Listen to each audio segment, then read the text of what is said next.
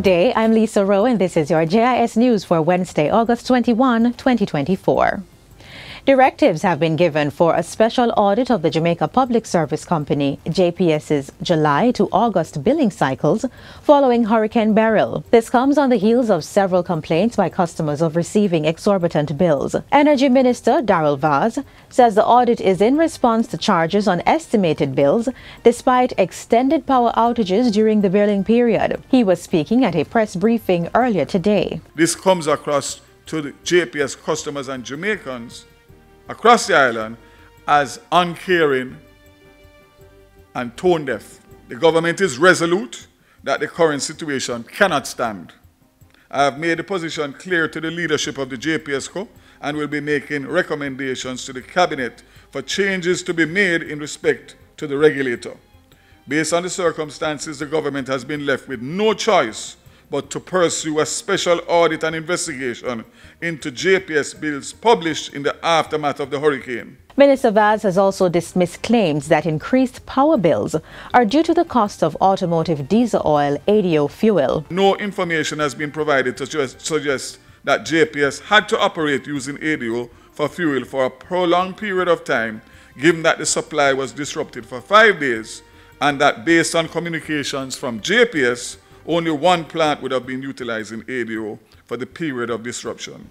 The Energy Minister says JPS has given a commitment to submit a report addressing the billing discrepancies affecting customers on Friday, August 23. In response to the situation, the energy company will zero-rate estimated bills for customers who were without power for the period. It will also suspend all disconnections until September 15 and has instituted flexible payment for customers. JPS has also indicated that it is on track for full restoration of power to all outstanding areas by August 31. In the meantime, the Ministry of Energy has established dedicated email addresses to handle complaints on JPS bills and also on the Office of Utilities Regulations OUR for its handling of the matter. These are jpscomplaints@mset.gov.jm and ourcomplaints@mset.gov.jm.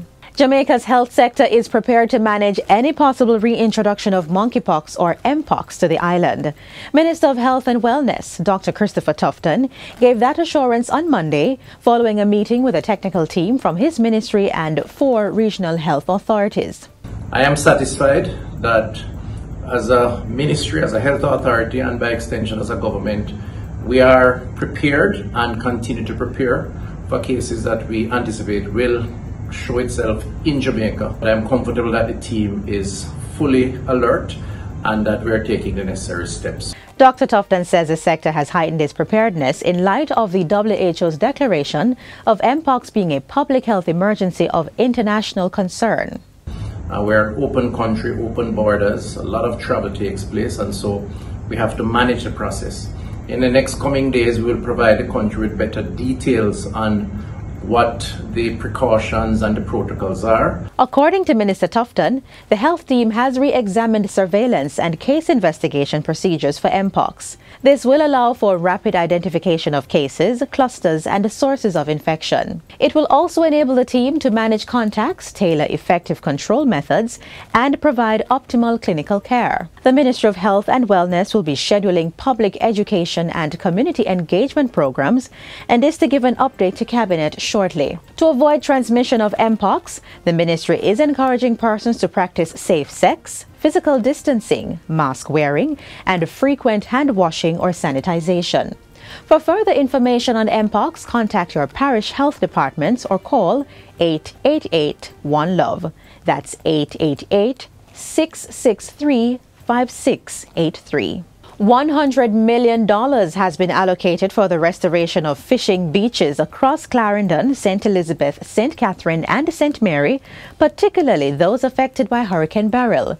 This is in addition to the $29 million previously allocated to the National Fisheries Authority for beach repairs in the wake of the hurricane. The investments are part of a broader effort to restore and enhance fishing beaches.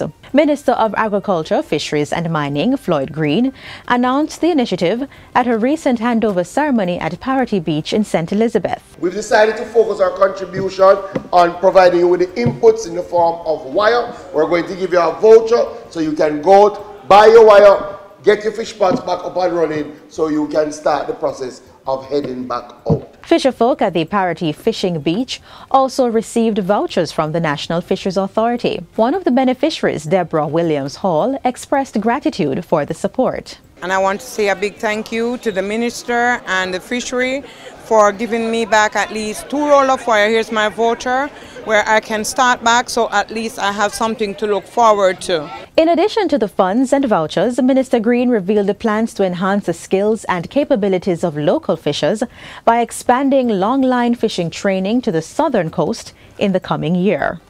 The completion timeline for the Morant Bay Urban Centre in St. Thomas has been pushed back to December 2024. The $6 billion facility was expected to be opened in September of this year. The update was made by Factories Corporation of Jamaica FCJ Chairman Littleton Shirley. He gave the reason at the Boundbrook Urban Centre groundbreaking ceremony in Portland last week. We experienced an issue with the impending relocation of the JPS substation, which is located on the site. This caused a delay in construction activities.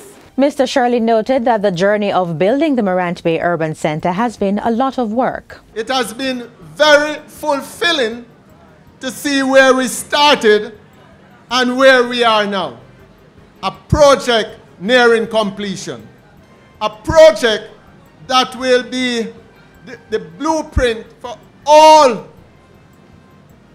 parishes across Jamaica to adopt, not only in Jamaica, but in the Caribbean. The 28-acre development will feature more than 50 public and private sector entities in one space. And finally, the National Solid Waste Management Authority, NSWMA, recently begun the process of removing bulky waste and derelict vehicles in St. James, starting with the Catherine Hall area. The initiative is part of the government's $1.3 billion national cleanup program, which was announced in July to get rid of bulky waste, in addition to destroying mosquito breeding sites. Persons are storing bulky waste that is trapping water that also cause the further breeding up of mosquitoes, and we are already in a dengue outbreak. So we have to do the right thing, which is to take action so that our citizens will be protected and we will have a safer and cleaner environment here in Montego Bay. Executive Director of the NSWMA, Audley Gordon, is imploring persons to pay more attention to how and where they dispose of their waste. We can do better. And this has nothing to do with Catherine Hall, the local now.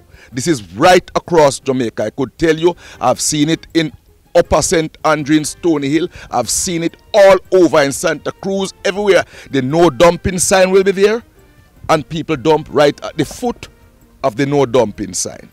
I am humbly inviting this partnership.